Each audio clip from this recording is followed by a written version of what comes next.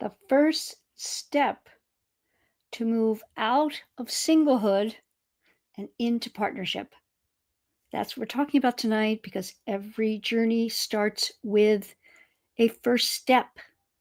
This step is a big one. It's foundational to make real love happen.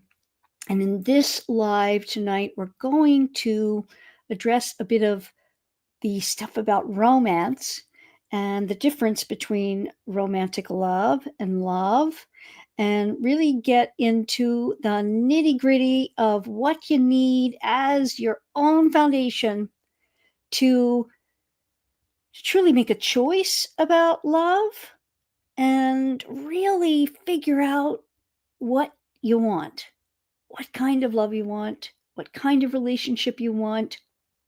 It's a really great one. Hey there, good to see you. Some people jumping on the lives. Say on the live stream.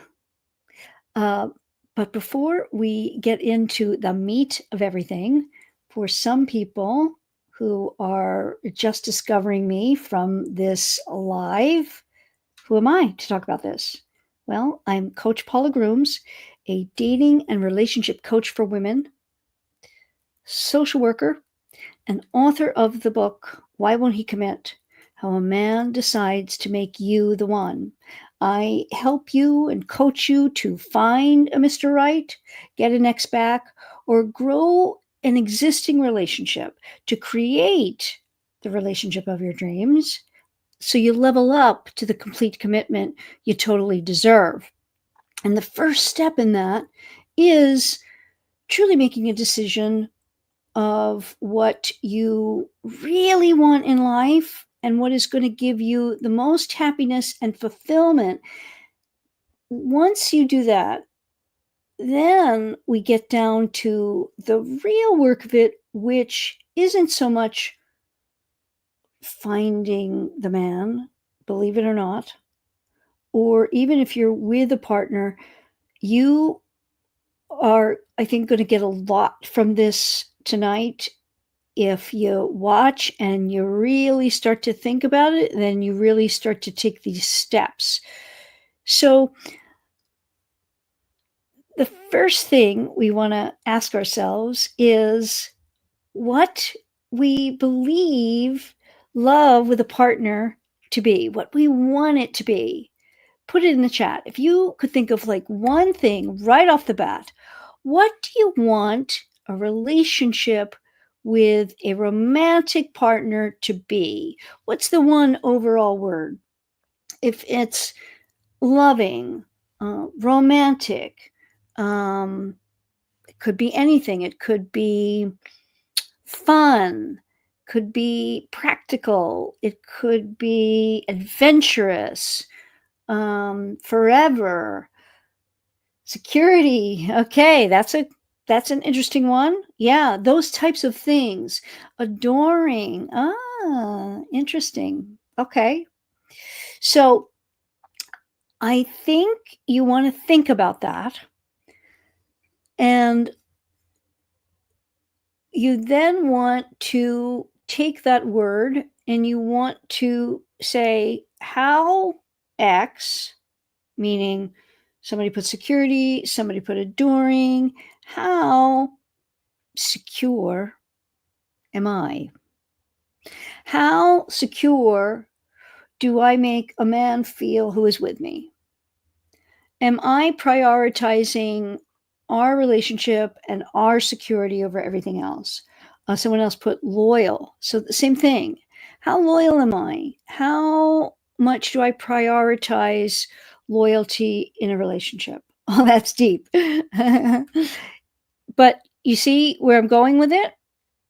And your word really exemplifies what you need to be looking for in a partner.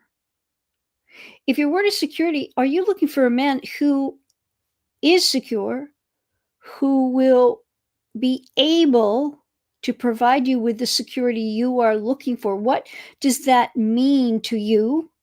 If it's loyalty, is that man really loyal? Is he going to be able to give you that loyalty? Someone put adoring. Is that, are you going after a man who shows you his adoration? But think about that while I'm going to play you something from, if you don't know him, Alain de Botton. And he is a love expert, so to speak. He's written so many books about it. This is an interesting question about really what love is. And I want to play this clip. It's more lengthy than typically I would have, but it's a really good segment that's going to lead us into a broader discussion. So let me bring that on. And this is on the Diary of a CEO podcast. Here he is. What is love? Let's talk about romantic love. What is that? Well, can I just first start by saying we're a bit confused about it?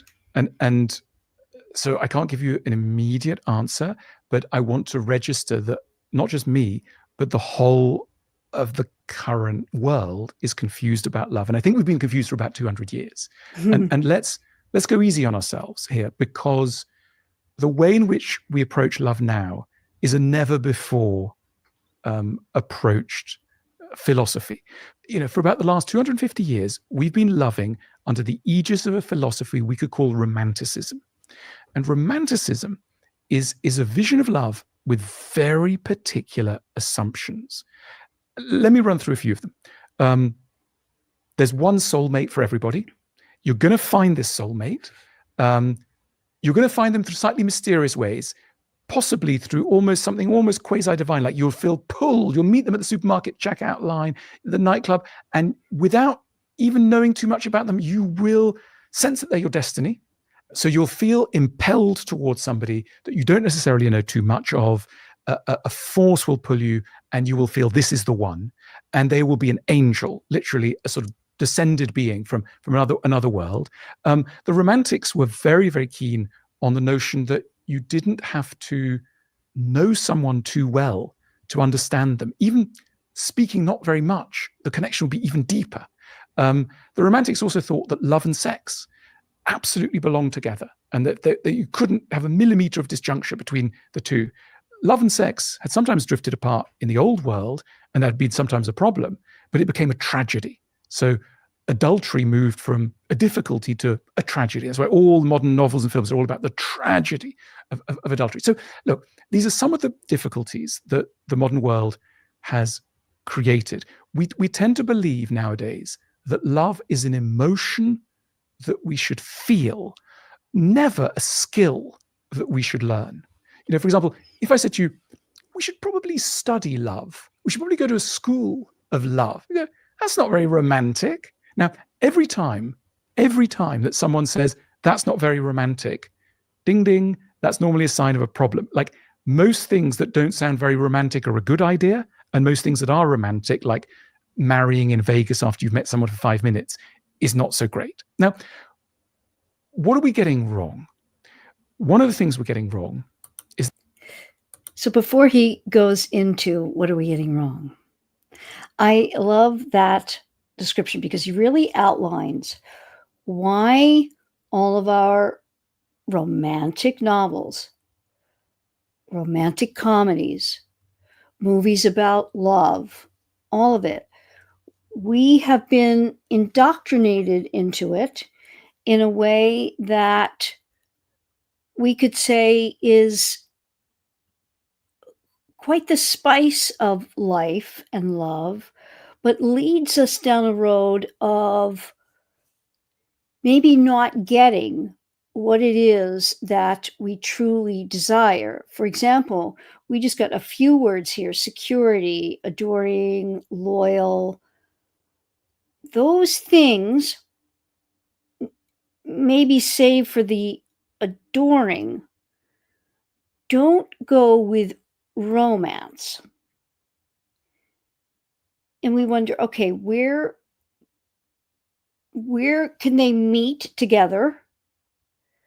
Those Disney movies really messed us up. Yeah. Yes, I would agree. It's not just Disney, it's all of them, because the fantasy sells.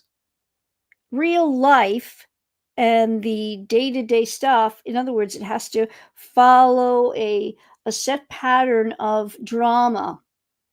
The challenge, the climax of the drama, and the denouement, et cetera, et cetera. It has to follow a set path.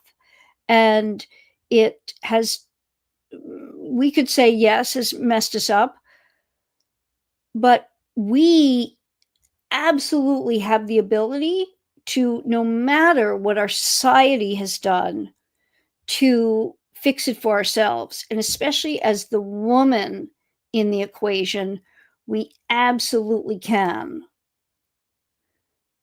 But we have to think about a word here that's really important. And I would say when I hear romance, it goes with a set of expectations. And I want to play the rest here because we want to get into that as well, because it's a really good, this is the crux of what we must be working on first and foremost out of all of it, prior really to the man coming in. But if there's already man in your life, it's also significant. Is this whole business of instinct, right? So we tend to believe that love will pull us instinctively towards marvelous people that will be correct for us. You know, the old world, people were set up in relationships. You'll marry this person because of this reason. You know, that person goes well with my family, blah, blah. In other words, nothing to do with you. You're put together with somebody. Nowadays, we're nominally free to choose anyone. Hooray, fantastic. Aren't we going to make great choices? No. Why don't we make great choices? Because we're not free. Why are we not free? We need to go to a psychotherapist to tell us why we're not free. We're not free to love just anyone. We love in tracks laid down for us by our childhoods. Adult love. That is big. I love how he puts it. We love according to tracks that were laid down for us in childhood. Think about that one. This is what I talk about all the time. Our programming is the track or tracks. And we only recognize love to be whatever was on that track. So we have to override the track by what we know from our consciousness and choice. And this is what is so difficult, because attraction, chemistry is typically when we see that somebody who exhibits an equal but opposite track according to the emotional stuff. So, say you tend to be avoidant because you were not given all the attention and love you needed, wanted, viewed in your mind, your baby mind, as you being worthy and honored. You had a lot of difficult stuff. Maybe love interest was taken away from you and you were abandoned, whatever.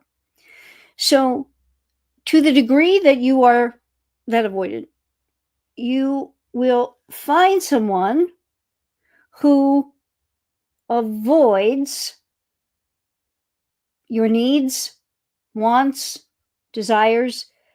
That's what ultimate chemistry is. And it's why I say that chemistry, in and of itself, while wonderful to feel, is the biggest red flag.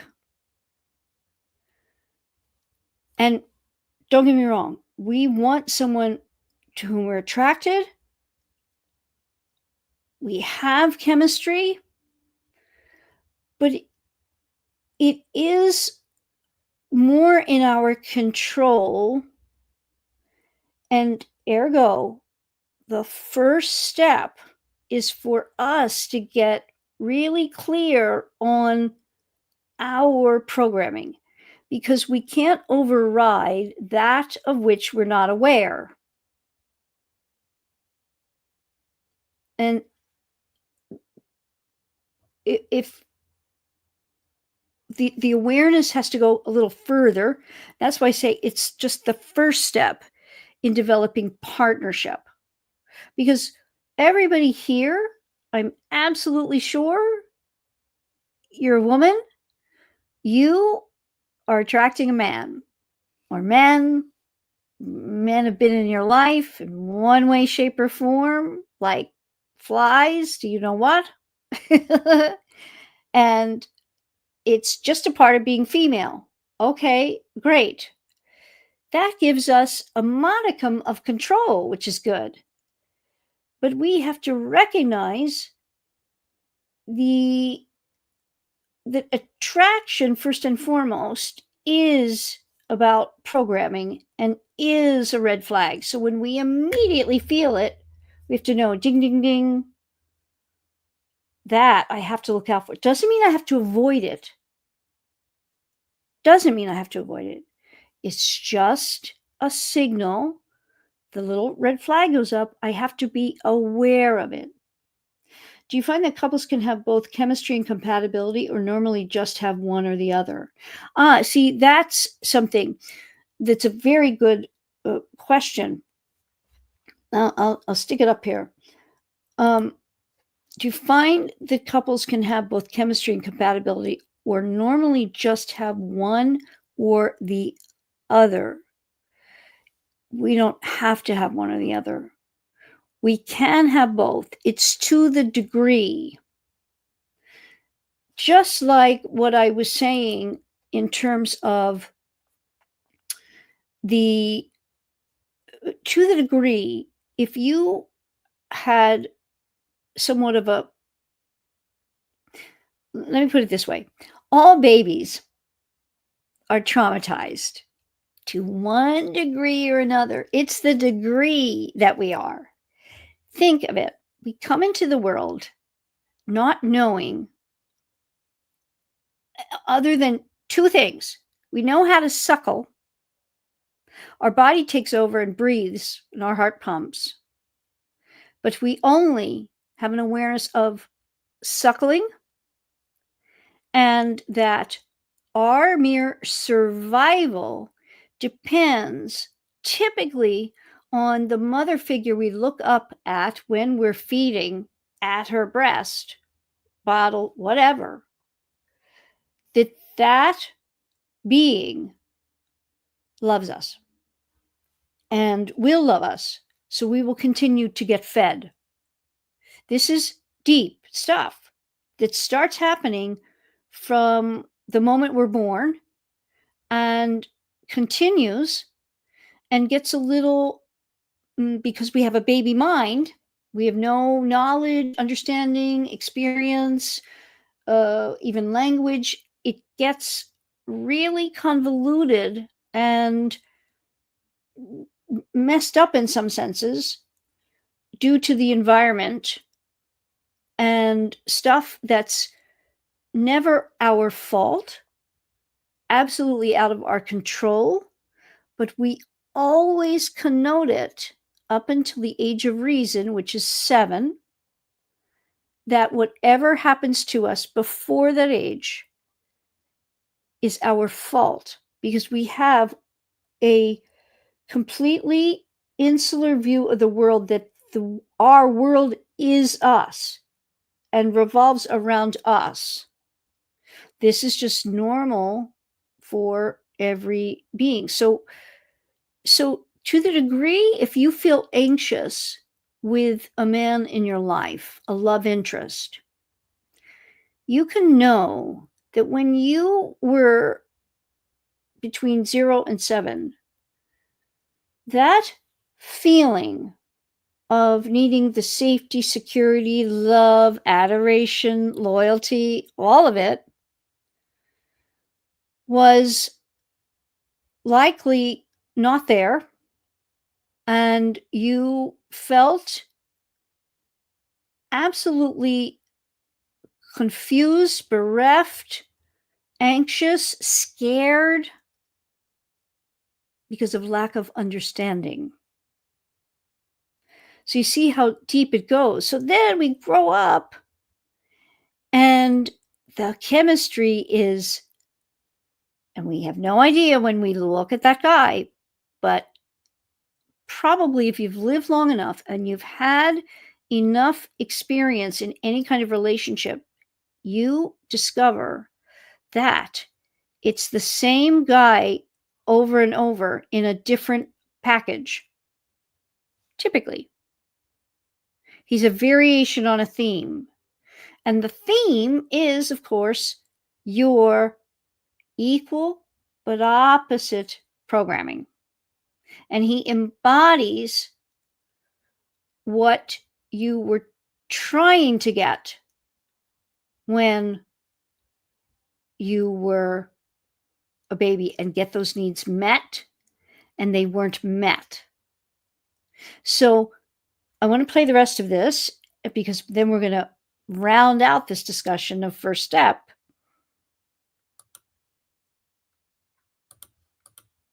Sits on top of tracks and a script laid down for us in childhood. You might go, what's the problem with that? So what? Well, what's problematic is that many of us had childhoods in which affection was mixed in with more problematic dynamics. That maybe in order to derive love in childhood, we also had to encounter somebody who was in a rage, someone who was violent, someone who was depressed, someone who put us down, someone who preferred another sibling, whatever it was.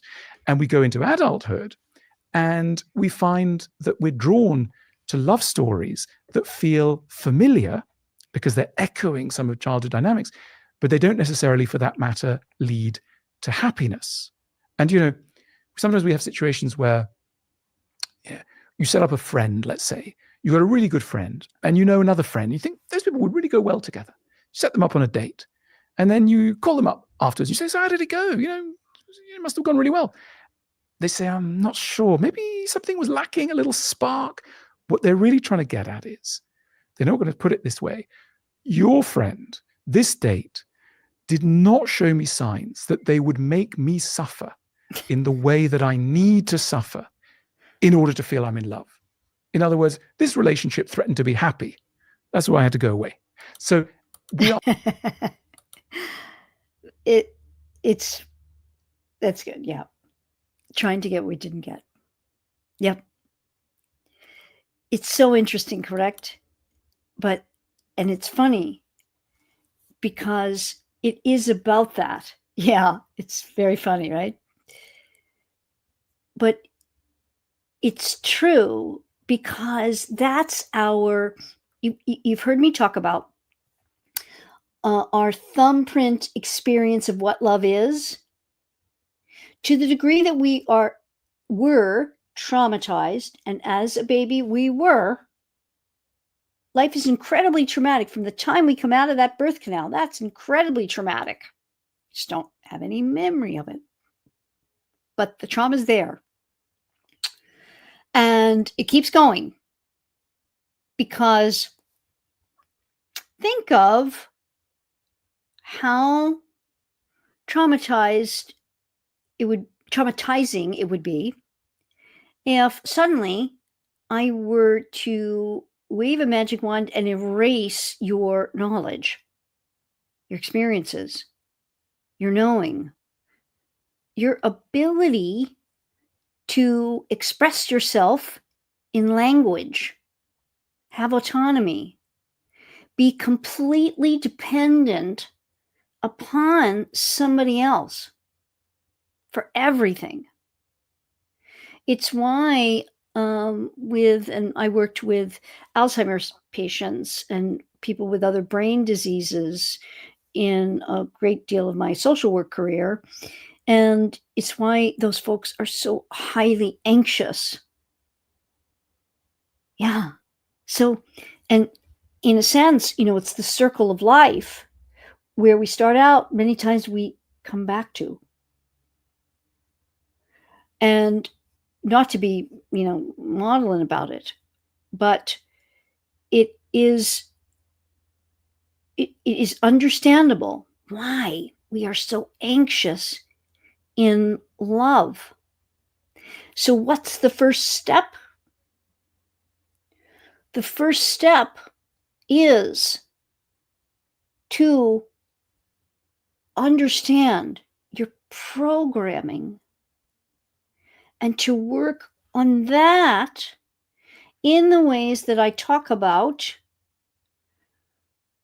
They're very important, to be doing sleep meditations and pick affirmations for yourself and craft them. Craft your own affirmations of who you want to be. So that's a first step. And I actually am going to go into the second step because it's kind of all together, and I don't want to leave it hanging because it's a really important thing. But first and foremost, it's discovering ourselves with the programming and switching that to, in other words, you probably have heard stuff like reparenting. That was big in, like, I think the late 70s, 80s. It might have been part of the book, like I'm Okay, You're Okay. And it just understanding ourselves first and foremost before actually being able to do the second step, which is choosing to put chemistry in its place. In other words, it's not inherently the chemistry itself that messes us up. It's the giving over to it in a way where we're not regulated as we are with that man with whom we feel that kind of chemistry, if that makes sense. Virginia, you would like to talk? We can give it a go. Let's see how time we have left.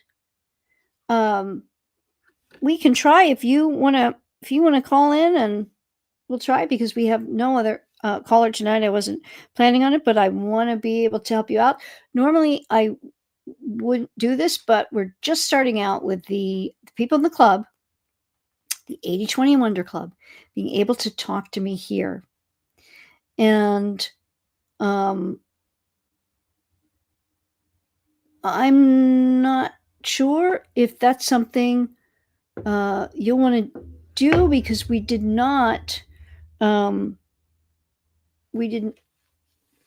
other words, we have to get from anyone their name that they're going to use, because this is a public forum. You're writing me here, so everyone would know that that's you. So if that's something you want to do, that will be something that's kind of out there, and I'm not sure you want to do that.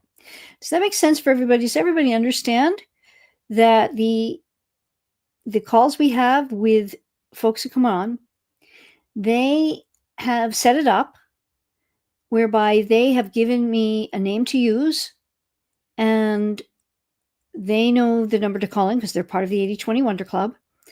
And that's an anonymous name so that they are not connected with anything. So you may want to hold off, and we will be here Wednesday night and taking calls, but we need to do it ahead of time.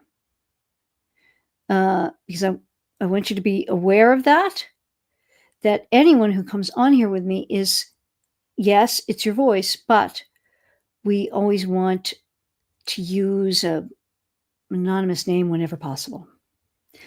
So, Virginia, if you have another question you want to ask me here, I can do that. Let's see if there's anything else. Emotionally safe as in the right category. He lays it out, very, very succinctly, and it's piggybacking on what I have said. Yes, trying to get what we didn't get. This is key. Trista said, it's in the trying to get what we didn't get. But when we give it to ourselves, we can then better be with a man who gives us, and we give to him what we want a love relationship to be. Do you see that that's the first step? Giving it to ourselves allows for us to then be fully cognizant of, in other words, if I want someone to be loyal,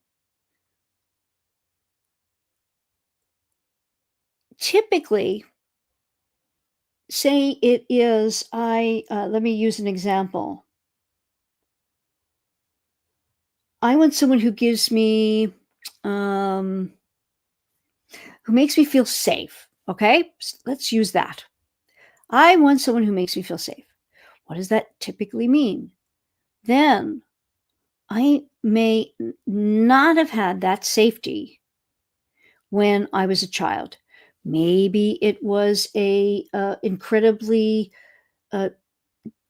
depressed parent, a rageful parent, an alcoholic or other addict parent, a parent that wasn't there. For example, dad wasn't there, so mom was very anxious.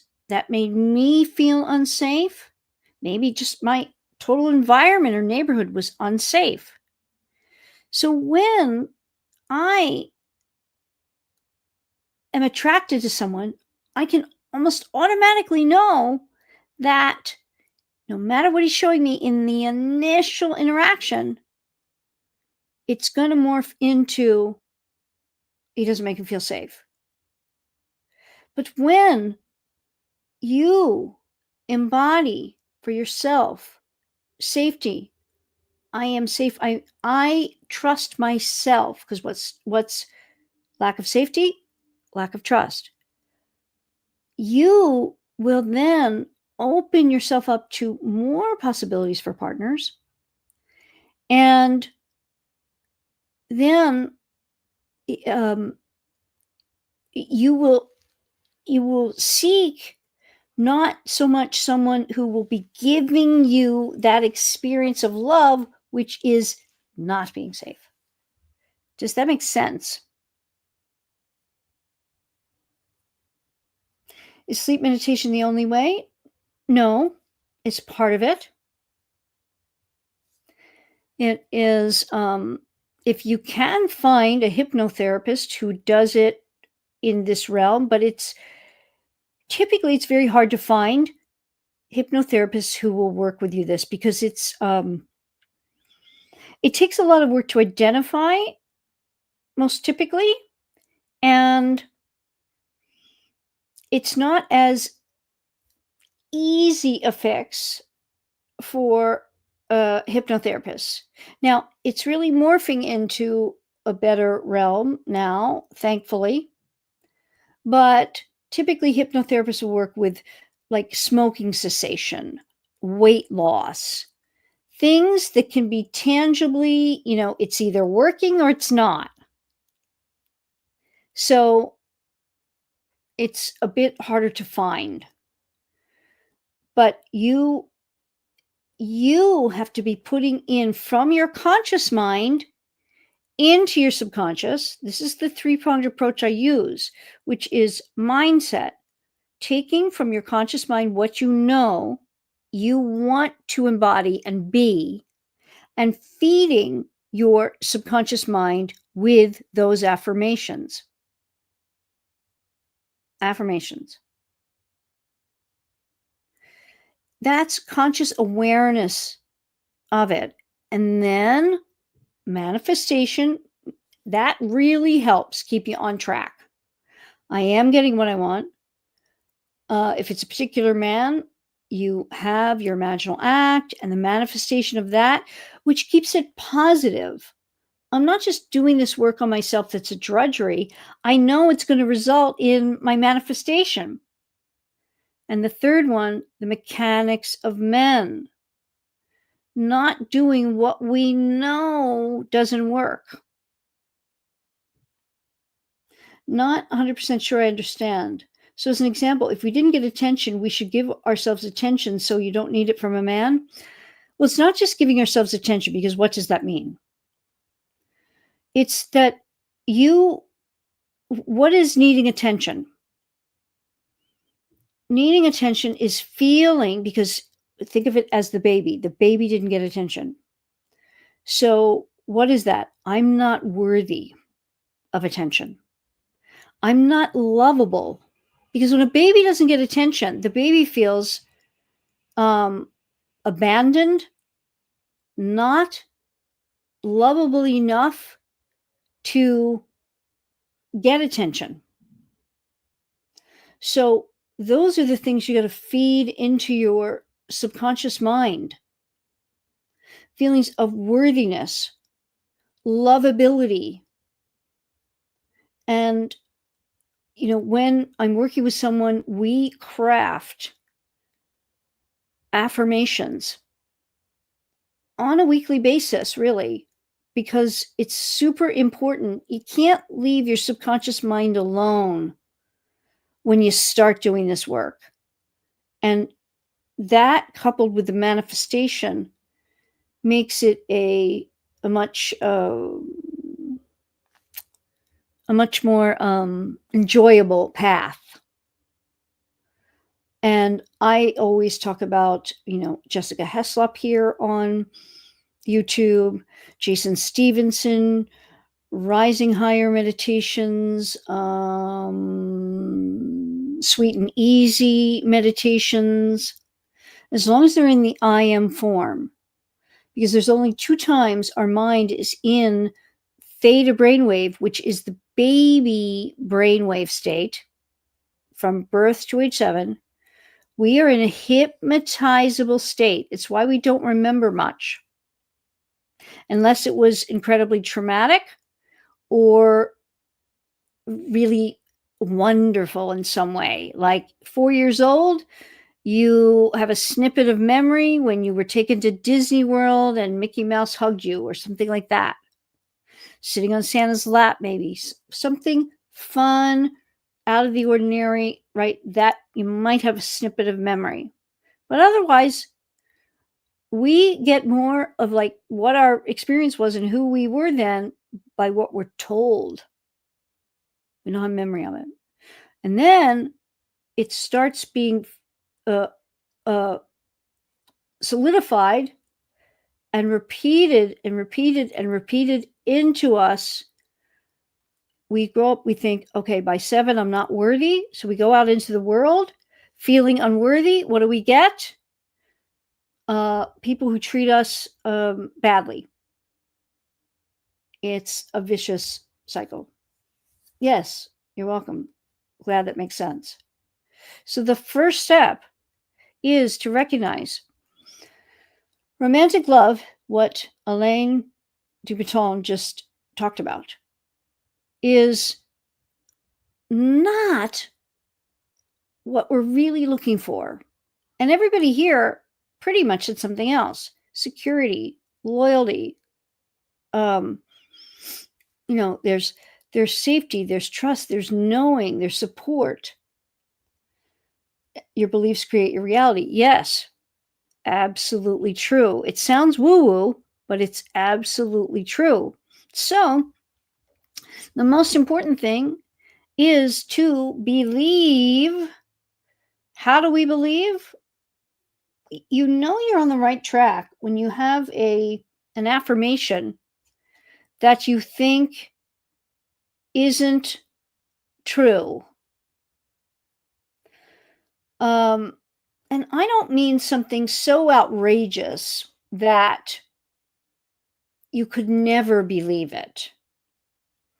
So, like for example, and you know, this might be some people might want to argue this point, but for example, if someone were to say, I needed a greater sense of myself or something, so I would be told, okay, well, tell yourself you're an absolute 10, a supermodel, you're the most beautiful woman in the world, something like that. Well, first of all, one could argue that there is no absolute in any of that, but that isn't something I could ever believe. You see, it's too far out of, that's not what I'm talking about. We don't go to that level. But if I'm having self-esteem issues and I'm saying I am worthy, I am honored, I am confident, I am, you know, those types of words, and one of those, I am trusting, and one of those doesn't ring true, and it immediately, oh, that's a lie. That's a lie. That's when you know you've been fed and you've been programmed with the opposite.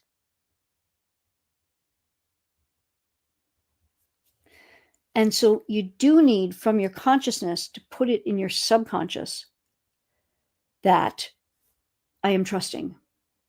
I am trusting. So if that's too hard and you just say, that just so bristles me because it's not true, it's a lie. So let's start at a lower level then. Let's start with, I am learning to trust.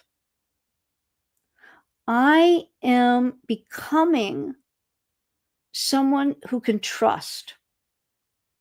I am becoming a woman who trusts as much as I am trustworthy. You see? You soften it in that way, and you can begin to override the lie that was fed to you. In other words, if I am lovable makes you bristle because I don't really feel that, I can't really connect to that, that means there's something in your programming that makes you feel you aren't. So we got to start somewhere. I am stepping into believing that I am lovable. That kind of thing. And that's how it can work for you. So I'm glad that makes sense. Take away from tonight. The first step is to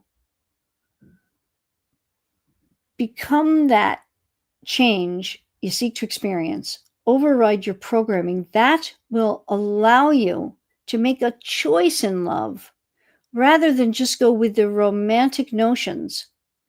Romantic notions come with, like he was saying, all kinds of expectations.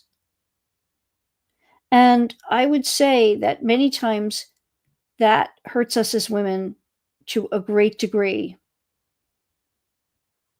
So I'll open it up for any other Q&A before we go tonight. Any other question?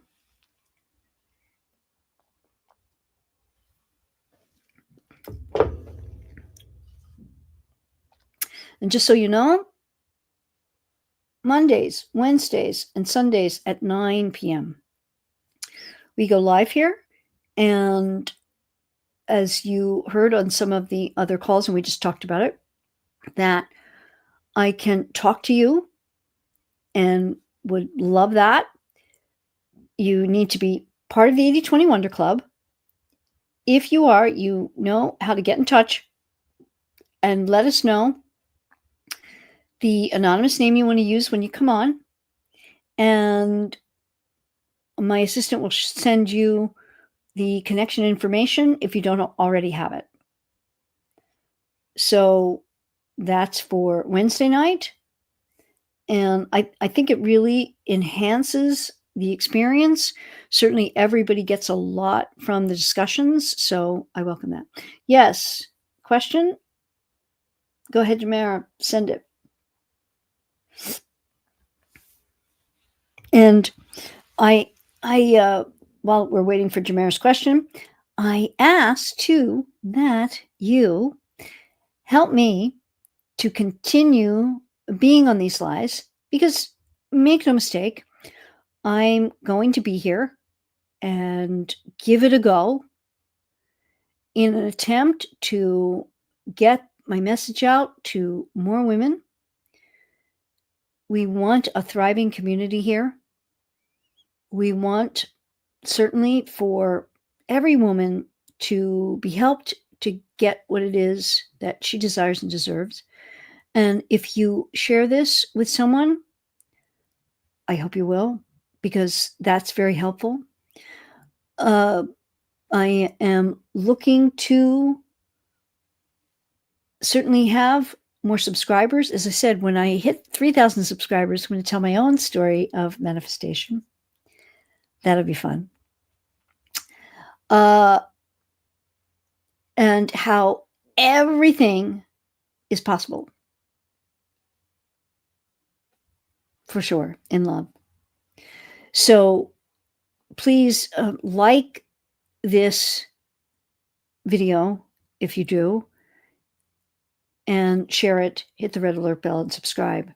So the question, as a single woman wanting consistency from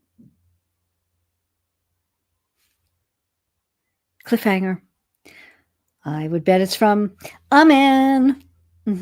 Yes. Keep going. A new man. Aha! Yay! Where do I begin with the consistency within myself? Okay. Yeah. I like that one for you. I really like that one for you. Because if you can consistently do, which is not doing, towards you know who, we'll call him King, because you know what I mean. If you can consistently not do towards him and hold yourself in check, this is going to create the change you wish to experience. Because it all starts with us. I like that word for you. If it's sometimes very easy for us to keep one word in our mind, it's the one word movement. Typically, it's the beginning of the year. People choose their one word that's going to be the overriding word that is going to foster their actions, beliefs for the year. And consistent for you would be a fabulous one. You can be consistent with the sleep affirmations. You can be consistent with affirmations daily that you're telling yourself. You can be consistent with not reaching out to King ever. Being consistent with the no contact.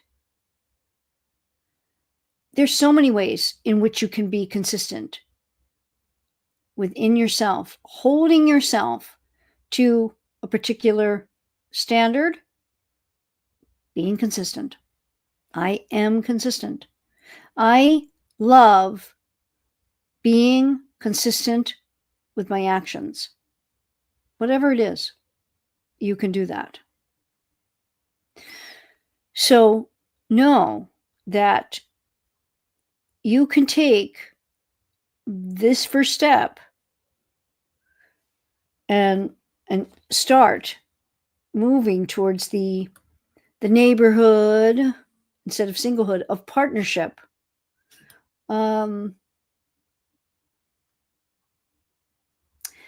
So I just wanted to get to Opal's two that I missed here. If a woman is looking for levels of security in a man, security in a man, security from a woman's side is more emotional. That's an interesting question. No, it is showing that you are secure within yourself, that you don't rely on him for your sense of security about anything. That seems oxymoronic, but when you do that, you'll find the most secure man. Yeah.